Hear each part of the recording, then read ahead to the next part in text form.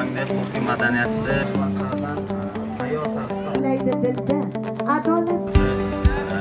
rasm chizib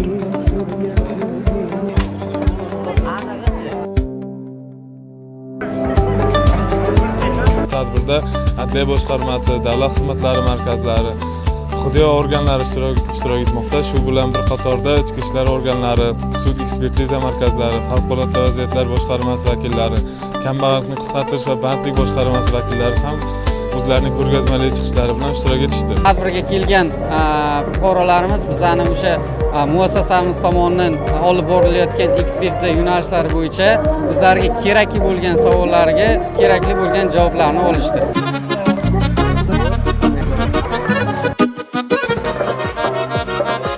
Men bu tadbirga kelganimda imkoniyati cheklangan bolalar o'rtasida o'tkaziladigan rasm chizish ko'rik tanlovini guvohi bo'ldim. Bu bolalarning ichki dunyosida qanaqadir bir o'zini ruhiyati bilan dunyoni qanaqa tasvirlanishini chizib berishini guvohi bo'ldim.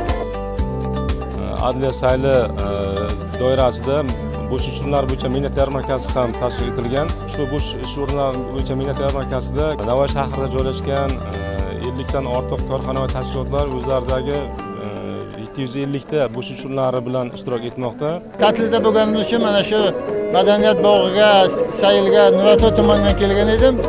Bu yerda davlat xizmatlari xizmat ko'rsatayotgan ekan. Shu o'sha vaqtda foydalanib shu davlat xizmatlariga murojaat qildim. Tadbir bor, foydali tadbir bor.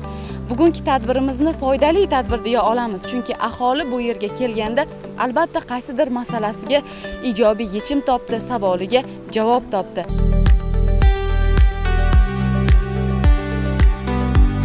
Turli ko'rgazmali chiqishlar, biz bularni ko'rgazmali chiqish deya aytsak noto'g'ri bo'ladi birgina.